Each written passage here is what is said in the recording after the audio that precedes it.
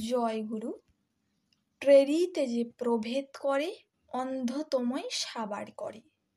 শ্রী শ্রী ঠাকুর বলছেন, তিনিই অবতরণ করেন বারবার, তাই প্রেরিতদের মধ্যে কখনো বিভেদ করতে নেই। পরবর্তীর ভেতর পূর্ববর্তীকে আরোতরভাবে পাওয়া যায়।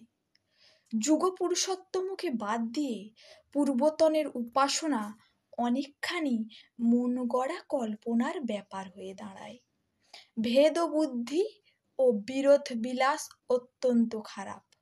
বর্তমান যিনি তাকে মানি, অথচ তার পূর্বতন রূপ মানি না, এও একটা পাগলামি।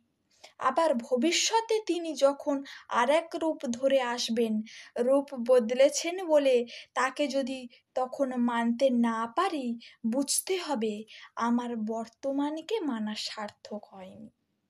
এককে মানলে সবাইকে মানতে হবে, কারণ তারা বহু নন, একেরই নানা কায়া। আজকে যে চাঁদখানা উঠল, কাল সেই চাঁদখানাই উঠবে। সেই চাঁদখানাই একদিন পূর্ণিমার চাঁদ রূপে আমাদের কাছে প্রতিভাত হবে।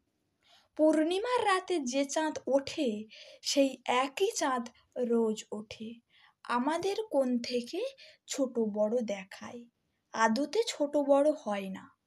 রোজ রাতে একই চাঁদ ওঠে, আলাদা আলাদা চাঁদ নয়। অবতারগণ পূর্ণতার প্রতীক হলেও দেশ কাল পাত্রানুযায়ী প্রকাশ করেন নিজেদের।